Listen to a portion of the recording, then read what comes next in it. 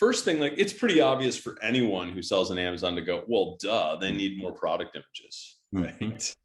Well, yes, they need more product images. When people read a page, but it's not horrible, because when people read a page, the first question is like, what is this thing?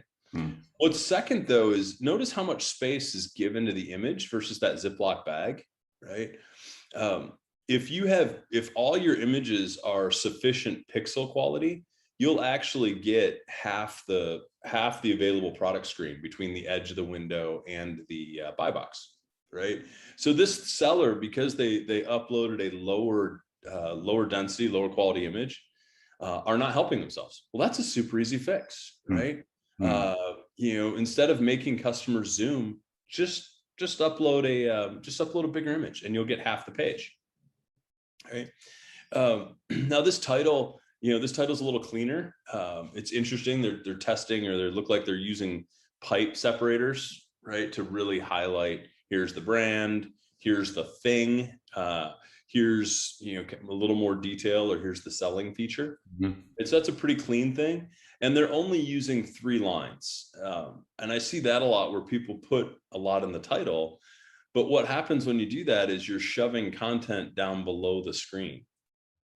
And if customers don't scroll, you're potentially hurting yourself, because customers trying to go, okay, I know what the thing is. I read the title, I see the picture.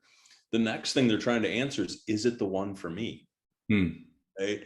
And so if you shove that specifications for the item, or if you shove some of those product bullets down, you're missing.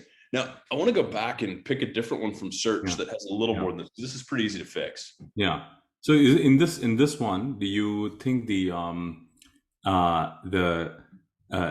specifications being in the title itself, is that a good thing or a bad thing? Well, this category is interesting. So the brand is clear. It is a kit, right? So you could just say magnet fishing kit, but I know a little bit about magnet fishing now. And I know that's one of the things that kits will differ on, is how much weight can they pull up through the water. So I do think that it is actually a good descriptor that this is a 1,700 pound kit versus a 1,200 pound kit versus a 600 pound kit, right? So I do think that's good to be there. Okay, got it.